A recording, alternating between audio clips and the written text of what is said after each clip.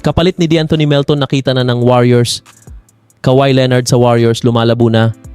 At Jordan Poole, malaking problema ang iniwan sa Warriors. Pero bago ang lahat, kung bago ka pa lang sa channel na ito, huwag kalimutan mag-like at mag-subscribe. At kung Warriors fan ka, siguraduhin mong tapusin ang video na ito. Tara, simulan na natin. Ayon sa bagong report ng Sports Illustrated, may ideal free agent replacement na raw ang Golden State Warriors sakaling tuluyang mawala si De'Anthony Melton ngayong off-season. At ang pangalan na lumalabas ay si Jordan Goodwin. Bakit posibleng mawala si Melton? Base sa latest reports, may 3.95 Managers player option si Melton. Inaasahan siyang mag-opt-out. At posible siyang makatanggap ng mas malaking offers mula sa ibang teams. Nagkaroon kasi siya ng solid comeback season matapos ang ACL injury. 12.3 points, 3.2 rebounds, 2.6 assists, 1.6 steals sa 49 games. Dahil dito, maraming analysts ang naniniwalang mahihirapan ng Warriors na tapatan ang market value niya habang limitado sila sa salary cap at luxury tax restrictions. Bakit si Jordan Goodwin ang ideal target? Ayon sa SI article, swak si Goodwin bilang murang kapalit ni Melton dahil pareho silang defensive-minded guards, aggressive point-of-attack defenders, athletic at high-energy role players. Ito ang pinakamahalagang punto. Kailangan pa rin ng Warriors ng guard na kayang dumepensa sa elite scorers, tumulong kay Stephen Curry defensively, at magbigay ng hustle at rebounding mula backcourt.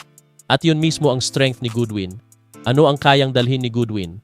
Kahit hindi siya elite scorer, kilala si Goodwin sa matinding perimeter defense, rebounding bilang undersized guard, transition energy, at hustle plays. Ayon sa article, bagay siya sa Warrior system dahil gusto ni Coach Steve Kerr ng high IQ defenders, switchable guards, at players na kayang maglaro ng walang maraming touches. Bakit realistic target siya? Hindi tulad ng ibang malaking free agents, mas affordable si Goodwin.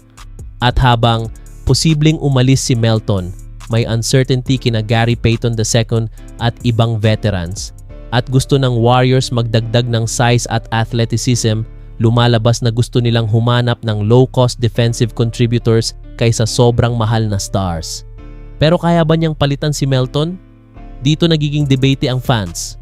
Si Melton kasi ay mas mahusay shooter, mas complete offensively, at proven two-way rotation player.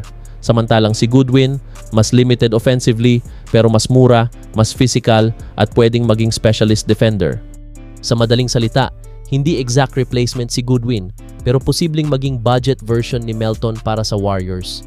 Ano ang ibig sabihin nito sa off-season ng Warriors? Mukhang malinaw na. Gusto pa rin ng Warriors panatilihin ang defensive identity nila pero kailangan nilang humanap ng mas murang role players dahil sa cap situation. Sa ngayon, habang lumalaki ang tsansang umalis si De'Anthony Melton, si Jordan Goodwin ang isa sa pinaka-realistic at pinaka-affordable fallback options ng Warriors sa free agency. At ayon sa bagong article ng Blue Man Hoop, may panibagong development na naman sa posibilidad na malink si Kawhi Leonard sa Golden State Warriors, pero mukhang mas komplikado pa ngayon kaysa dati ang sitwasyon. Ano ang latest development?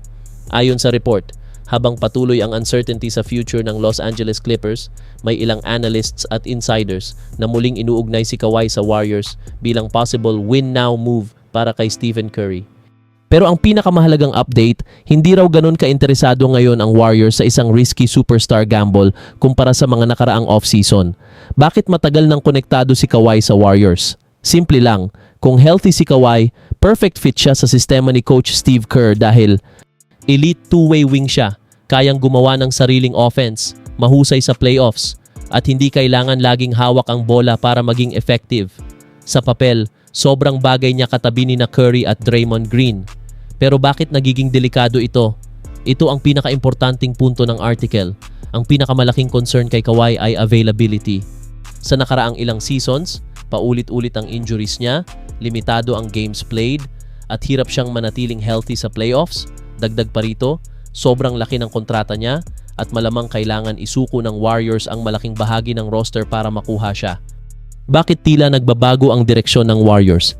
Base sa maraming recent reports, mukhang lumalayo na ang Warriors sa aging superstar trades, injury risk players, at all-in desperation moves.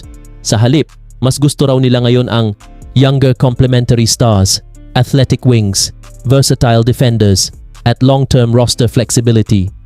Marami ring fans ang naniniwalang mas kailangan ng Warriors ang depth, size, at durability kaysa isa pang aging superstar. May realistic chance pa ba? Hindi imposible, lalo na sa NBA offseason kung saan mabilis magbago ang trade talks. Pero ayon sa article, hindi ito priority move ngayon ng Warriors. Maraming financial at injury concerns at mukhang mas maingat na ang front office sa blockbuster trades. Ano ang ibig sabihin nito sa Warriors offseason? Tatlong bagay ang malinaw ngayon.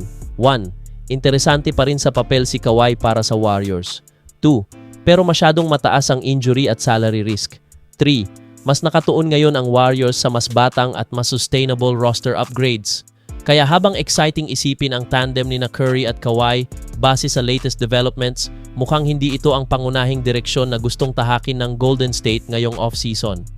At ngayon, ayon sa bagong article ng Blue Man Hoop, mas lalong nararamdaman ngayon ng Golden State Warriors ang pagkawala ni Jordan Poole at maaaring may malaking missing element talaga sa roster nila matapos ang controversial na trade noong 2023. Ano ang pangunahing punto ng article? Simple pero malakas ang argumento. Kulang ngayon ang Warriors sa mabilis na shot creation, instant offense mula bench, at young guard na kayang umako ng scoring load kapag nagpapahinga si Stephen Curry. At ayon sa article, iyon mismo ang dating naibibigay ni Jordan Poole. Bakit naging mahalaga si Poole noong championship run ng Warriors noong 2022? Isa si Poole sa pinakamalaking offensive weapons ng team. Explosive scorer siya off the bench, mahusay sa transition at kayang mag-init anumang oras. Sa maraming stretches noon, tinawag pa siyang third splash brother dahil sa shooting at confidence niya. Ano ang nangyari matapos siyang matrade? Matapos ang infamous altercation nila ni Draymond Green, nagdesisyon ang Warriors na i-trade si Poole sa Washington Wizards kapalit ni Chris Paul noong 2023. Ang goal noon, magkaroon ng mas stable veteran presence, bawasan ang turnovers, at ayusin ang chemistry ng locker room. Pero ayon sa article, habang naging mas controlled ang Warriors, nawalan naman sila ng youth, explosiveness, at microwave scoring. Bakit relevant ito ngayon? Ito ang pinaka-importanting punto. Habang tumatanda ang core ni Curry, Butler at Draymond, lalong nagiging obvious na kailangan ng Warriors ng mas batang scorer, shot creator, at athletic guard na kayang gumawa ng offense ng hindi dependent kay Curry. At kahit may improvement sina Brandon Podziemski, Moses Moody, wala pa ring exact replacement sa offensive burst na dating dala ni Poole. Ano ang ibig sabihin nito sa future ng Warriors? Mukhang nasa transition phase pa rin ang Warriors. Sinusubukan nilang manatiling contender habang naghahanap ng susunod na offensive identity pagkatapos ng prime Curry era.